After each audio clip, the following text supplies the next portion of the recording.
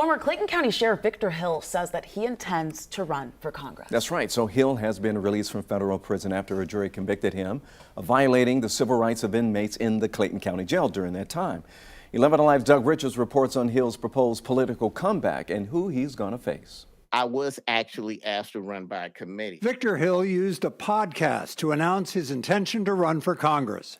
He also criticized the justice system that sent him to prison after prosecutors convinced a jury he had abused the rights of inmates at the Clayton County Jail. And all of a sudden, you got this convicted felon status with people who are actually innocent. Despite his legal issues, Victor Hill was arguably the most popular politician in Clayton County, a portion of which is now represented in Congress by Democrat Nikema Williams. The two appear poised to face off in a Democratic primary. I've been knowing Mr. Hill for quite a while. Valencia C. served in the state Senate with Williams, but is also close to Hill. And he was very popular.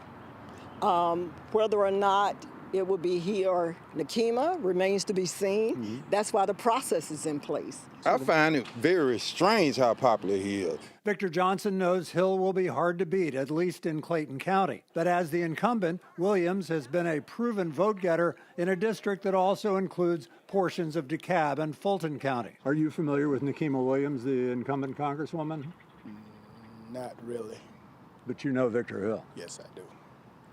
Because Victor Hill was a mainstay in Clayton County for a long time. And his backers say his federal conviction is only part of Hill's story. If the laws allow him to do it, I don't see any problem with him doing it. Hill did not respond to our request for comment.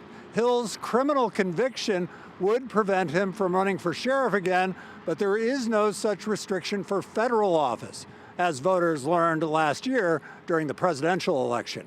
In Clayton County, Doug Richards, 11 Alive News. This is going to be really interesting here, folks. So the Democratic primary for the 5th District congressional race is expected to take place next spring.